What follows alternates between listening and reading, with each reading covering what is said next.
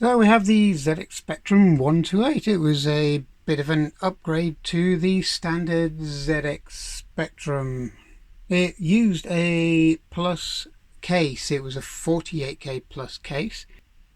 It also had a better AY sound chip, and it was a vast improvement on the original ZX Spectrum. There was a few incompatibilities with the original ZX Spectrum as far as software is concerned, but for most part, most of the games ran. It had a 48K and 128K mode to try and keep that compatibility going. The machine had 128K of memory. It had an upgraded ROM. It had 32 kilobytes, which contained 1648 and 128K basic.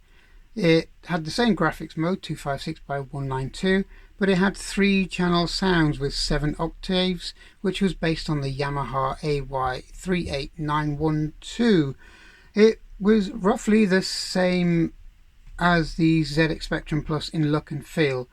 It has an expansion port, a numeric keypad, which was optional, an RS-232, MIDI out, RGB, and a tape port which ran at 1200 baud, which is your ear and mic sockets, and it ran off a 9-volt DC power supply.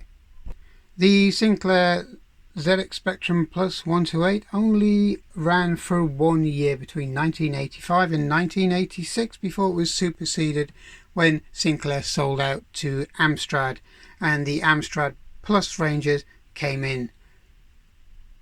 So this is your basic Sinclair ZX Spectrum 128.